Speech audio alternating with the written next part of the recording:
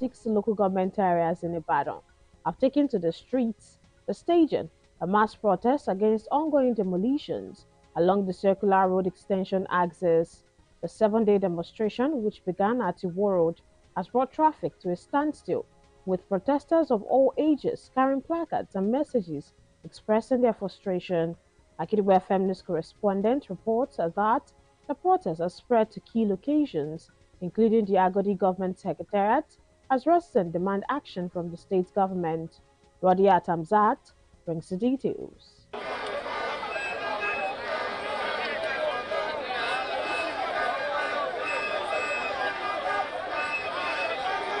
Hundreds of residents from 6 Ibadan local government areas have staged a peaceful protest over ongoing demolitions along the circular road extension axis. The protest, which began at Iwo Road and spread to the Agodi Government Secretariat, caused traffic congestion and featured placards with messages expressing the residents' dissatisfaction. In an interview with Agidigbo FM News, the coordinator of the affected local government areas, Prince Neyi Fashere, stated that the 7-day protest aimed to highlight the community's plea for the state government to stick to the original 150-meter mark for the construction project. The protesters denied claims of political motivation, with the secretary and spokesperson emphasizing that the action is driven by the community's desperation after years of neglect and broken promises. The circular road has been acquired since 2005, and most of us have been there before circular road. Some even came after circular road and saw the pillar of the circular road before buying our land, before erecting building. So we don't have anything to do with politics. We did not collect money from anybody. The politician that gave money to his party members.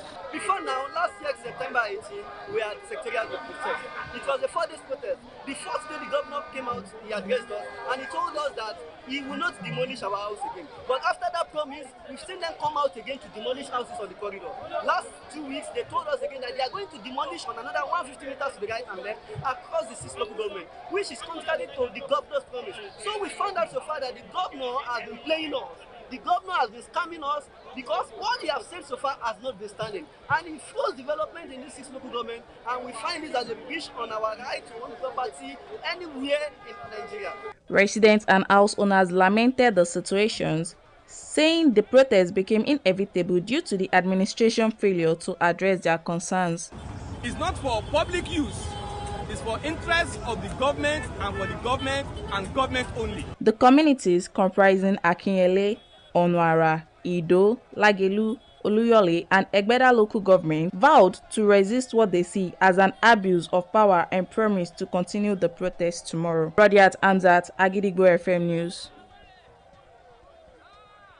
Association of Polytechnic Students, NAPS, has called on Nigerian senators, members of House Representatives, and other stakeholders to rise up and ensure survival of Dangote Refinery.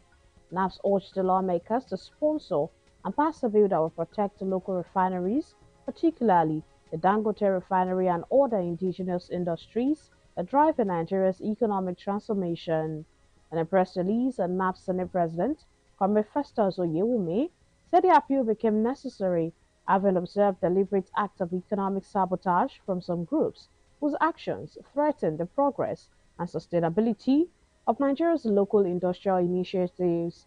Comrade Festus Oyewumi maintained that enforcement of a total ban on the importation of refined petroleum products to encourage local production and establish legal frameworks that shield indigenous investors from internal and external sabotage.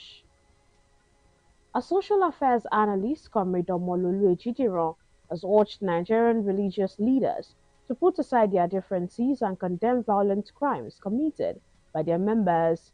Speaking on Agidigbo FM's Shokawa program, Comrade Ejidiro emphasized the need to prioritize protecting human life over debating President Trump's comment on Christian genocide in Nigeria, and also called on the federal government to strengthen ties with the U.S. to combat insecurity and identify financiers of violent activities. I will advise the government to please have a diplomatic tie with Trump, to respect international law. Nigeria is a sovereign state. If you want to express concern toward what is going on in Nigeria, the position maintained by President Trump, let's not even to address it. There should be a diplomatic relationship, fortify Nigeria, give them advice, and share intelligence with them. Similarly, the Speaker of the People's Parliament, Honorable Shegun Ogunbaye, echoed this sentiment, citing Boko Haram's anti-education agenda as an example and warned that such actions could lead to genocidal tendencies and urged the government to uphold democracy and punish offenders. And now it is time to link up with our United Kingdom studio for the foreign news. News from Kule Hamzat Studio at Gidigbo FM, United Kingdom. I am Olushola Damilola. BBC Director General Tim Davie and Head of News Deborah Tornes have resigned after criticism of a panorama documentary which misled the viewers by editing speech of Donald Trump.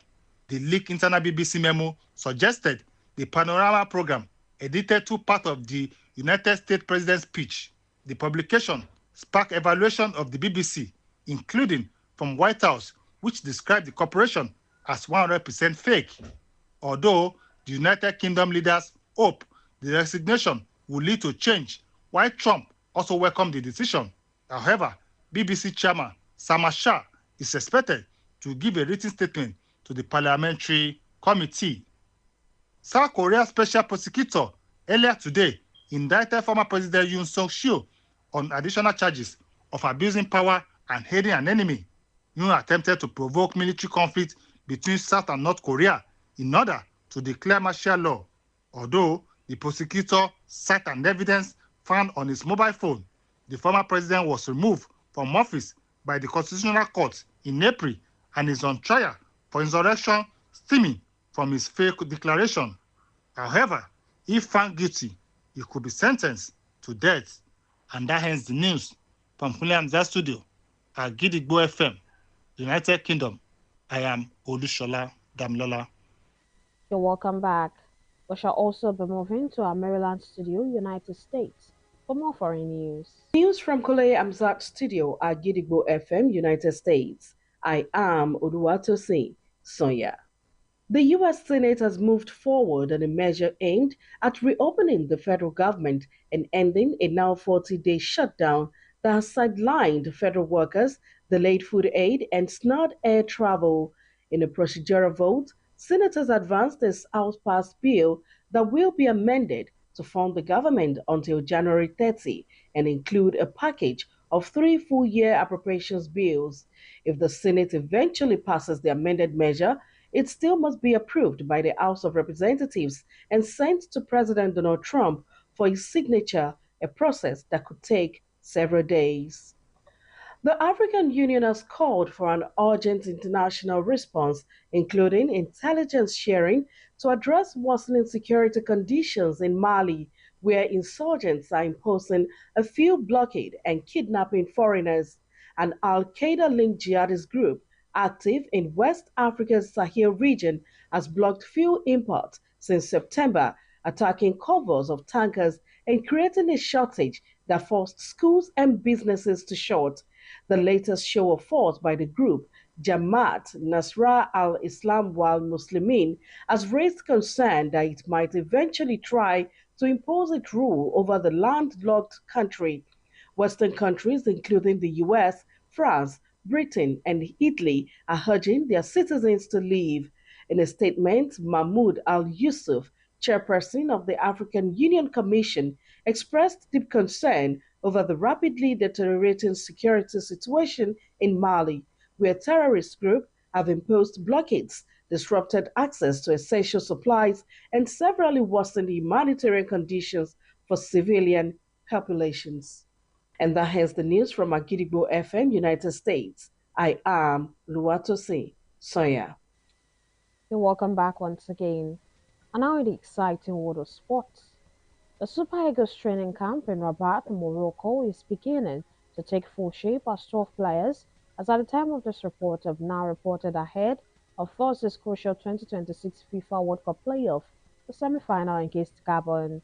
Team officials confirmed that the early arrivals have already settled into camp at the Prince Héritier Moulay Alassane Sports Complex, where the team is expected to hold its first full training session later today.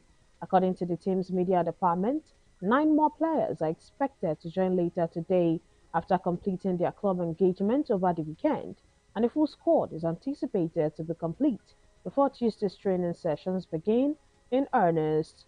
Head coach Eric Schell is expected to focus the early sessions on recovery and tactical adjustment as the three-time African champions gear up for what promises to be a fiercely contested tie against the Thierry Moyama's Panthers of Gabon.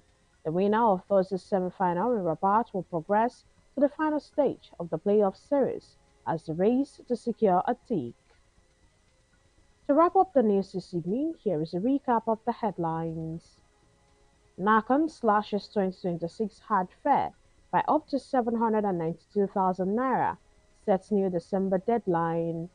Ibadan residents stage mass protest over demolitions, citing neglect and abuse of power. South Korea's special prosecutor indicts former President Yoon on charges of aiding an enemy state. African Union calls for urgent action in insurgency hit Mali. On Wabali, others arrive as Super Eagles camp gathers momentum. Don't forget that you can listen to us live on our website www.agidigbo887fm.com. You can also download our mobile app on Google Play Store and iOS. Simply search for Agidigbo 88.7 FM. Follow us on Facebook at Agidigbo 88.7 FM, on Twitter and Instagram at Agidigbo 887 FM, and subscribe to our YouTube channel. If you have news stories and tips for us, contact our newsroom on 070-8714-4865 or send us a mail on newsroom@agidigbo887fm.com. And before we go this evening, here is a quick tip. Weak minds sink under prosperity as well as adversity, but strong and deep ones have two high tides. Finally, we have come to the end of the news around the world on the most listened to radio station, Agidigbo 88.7 FM Ibadan. I am Wuraola Yusuff. Thank you for listening. Good evening. News is information, and information is power. At Agidigbo 88.7 FM, we bring the news from top to bottom. The Oyo State government has said the over 1.5 million out of school children. We give you reports from Oyo State. The Oyo State House of Assembly has called for thorough investigation. The Southwest in Nigeria and the rest of the world. Has clarified that the body did not receive any cash